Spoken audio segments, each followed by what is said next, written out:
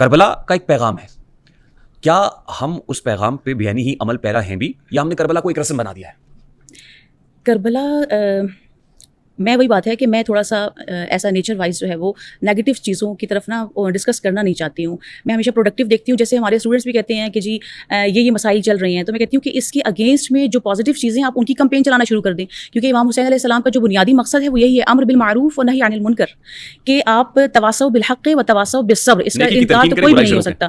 تو اور امر بالمعروف یعنی نیکی کا حکم دینا اور برائی سے روکنا, ٹھیک ہے. نیکی کا حکم دینے کے بھی مختلف مراتب ہیں, زبان سے کرنا ہے, یا یہ کہ جو کام ہو رہا ہے اس کو نگیج کرنا ہے, یا اس کو عملاً دکھانا ہے, یا اس کا دل میں اس کا برا منانا ہے.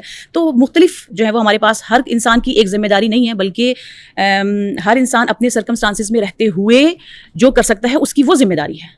تو اس لیے میں زیادہ تر یہی چاہتی ہوں کہ ہم سب کو یہ چاہیے کہ جو چیز ہمیں بری لگ رہی ہے ہم اسے برا نہ کہیں, بلکہ جو اچھائی ہے اس کو زیادہ کر دیں, تاکہ خود بخود برائی جو ہے وہ دب جائے. جیسے ذکر امام حسین علیہ السلام ہے, اس کے خلاف بہت ہوا ہے. آپ ہسٹری میں چلے جائیں, امام حسین علیہ السلام پہ تو ظلم ہوا, لیکن اس کے بعد بھی بہت کچھ ہوا. ایون قبر امام حسین علیہ السلام کے ساتھ جو پانی بہایا گیا, حل چلائے گئے, نام نشان قبر کا مٹانے کی کوشش کی گئی, وہ سب کچھ ہوتا رہا.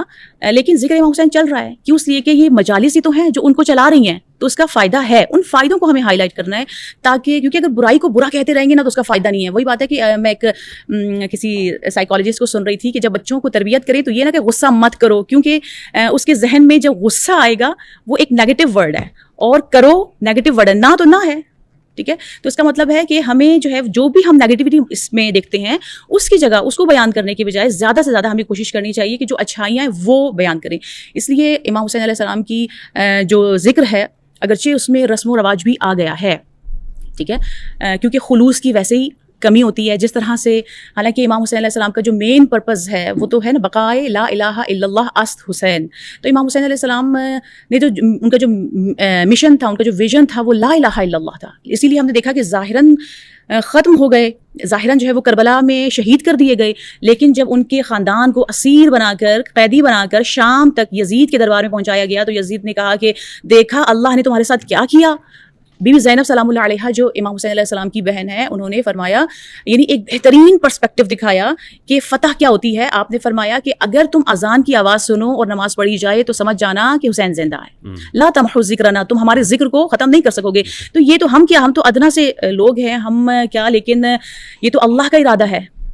ورفعنا لک ذکرک, اللہ نے ارادہ کیا ہے کہ رسوم و رواج کی ہم بات کر رہے ہیں, جو نیگیٹیوٹی ہے اس پہ بھی بات کریں گے, وہاں سے ہو کے گزریں گے. لیکن اس سے پہلے میں یہ چاہتا ہوں, جیسے آپ نے کہا شاہ است حسین, بادشاہ است حسین, دی است حسین, دی پناہ است حسین, سرداد نہ داد دست در دست یزید, حقہ کے بنا الہ الہ است حسین, کہ یزید کے ہاتھ پہ امام علی مقام نے بیعت نہیں کی. کمپرومائز, سمجھوتا, ڈیل یا ڈھیل کی اصطلاحات آج آپ استعمال ہوتی ہیں, کرتے ہیں. یہ ٹیبل پہ بیٹھ کے نیگوشیٹ کر لینا چاہیے, مفاہمت کر لینی چاہیے, لیکن مفاہمت تو ہمیں نہیں ملتی ہے کہ اس طریقے سے وہ مفاہمت نہ سکھا جبر ناروا سے مجھے, میں سر بکفو لڑا دے کسی بلا سے مجھے. ظاہر ہے وہاں کوفے کی طرف جو سفر ہوتا ہے وہ اس کا کوئی مقصد تھا, کوئی نہ کوئی مشن تھا. تو برائی ہوتی بھی دیکھو تو ہاتھ سے روکو, زبان سے روکو, دل میں برا جانو, اور یہ ایمان کا آخری درجہ ہے. تو یہ جو برائیاں ہو رہی ہیں, کیا کمپرومائزز کا درس ملتا ہے امام علی مقام کی اس شہادت اور قربانی سے؟ مفاہمت کا درس ملتا ہے, ڈیل کا درس ملتا ہے, ڈھیل کا درس ملتا ہے, یا پھر ڈٹ جانے کا درس ملتا ہے, لڑ جانے کا, کٹ جانے کا, مر جانے کا درس ملتا ہے؟ جی بالکل, ظلم کے خلاف. یہ تو قرآن کی آیت ہے جو جس میں اللہ تبارک و تعالیٰ فرماتا ہے نہ ظلم کرو نہ ظلم سہو, نہ ظلم کرو نہ ظلم سہو. تو امام حسین علیہ السلام نے اسی کو اپنا سلوگن بنایا ہے, ہاتھ من الذلہ, ذلت اور رسوائی ہم سے دور ہے, مجھ جیسا یزید جیسے کی بیعت نہیں کر سکتا.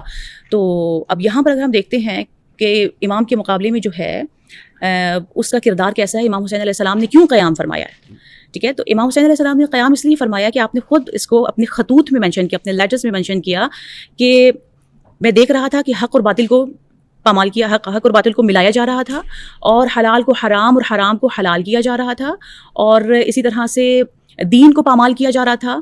اب اس چیز کو ہم اس دور میں شاید اس طرح سے ثابت نہ کر سکیں, لیکن جب یزید نے سب کچھ کر دیا تو اس کے بعد پتہ چلتا ہے کہ اس نے اپنی زبان سے یہ کہا, جب وہ جو قیدی اور اسیر واپس شام میں لے کر آئے جا رہے تھے, تو اس وقت اس نے جو ایک کوا تھا وہ بول رہا تھا, تو اس نے کہا اے کوے اب تو, کیونکہ اس زمانے میں عرب میں کوے کا بولنا نحوست کاؤنٹ ہوتا تھا, تو کوا جو بول رہا تھا اس نے شراب کے نشے میں, کیونکہ شراب نوشی اور کتوں کو رکھنا, بندروں کو رکھنا, انہیں حریر کا قیمتی لباس پہنانا, ان کے لیے پروٹوکول, وہ سب چیزیں وہاں پر عام تھی. تو جب یہ قیدی آتے ہیں نا شام، تو اس وقت یہ تاریخ لکھی جا رہی ہے کہ امام نے کیوں قیام فرمایا تھا، کہ اس وقت کا عالم کیا تھا کہ یزید تخت پر تھا اور امام حسین علیہ السلام کا سر اقدس تشت پر تھا، شراب پی رہا تھا اور شراب امام حسین کے سر اقدس پر بھی ڈالتا جا رہا تھا، دھنہائیے امام حسین علیہ السلام کے ساتھ بے حرمتی کر رہا تھا اور کہتا تھا کہ حسین تیرے دانت بہت خوبصورت تھے، اور اس طرح سے بے حرمتی کر رہا تھا اور سب خاندان دیکھ رہا ہے اور 900 کرسی نشین ہے، مختلف مکاتب کے لوگ آئے ہوئے ہیں، وہ اپنی بادشاہت کو منا رہا ہے. اور جب کوا بول رہا ہے تو کہتا ہے کہ اے کوے اب تو جو بولتا ہے بول، نہیں بولتا نہ بول، میں نے اپنے آباء و اجداد کا بدلہ لے لیا ہے. یہ کوئی وحی نازل نہیں ہوئی تھی، کوئی قرآن نہیں اترا تھا، یہ تو بنی ہاشم نے حکومت کے لیے ڈونگ رچایا تھا. یہ ایسے شخص کے خلاف امام حسین علیہ السلام کھڑے ہوئے ہیں. صحیح ہے. تو پھر ہمیں سمجھ میں آتا ہے کہ امام کا جو قیام تھا، جو ان کی ایک خداوند متعال کی طرف سے ایک وظیفہ تھا، کیونکہ وہ امام تھے، اور نبی اکرم محمد مصطفیٰ صلی اللہ علیہ وآلہ وسلم نے بھی اپنی زندگی میں بارہا انٹروڈیوس کروایا تھا امام حسین علیہ السلام کو اس عنوان سے.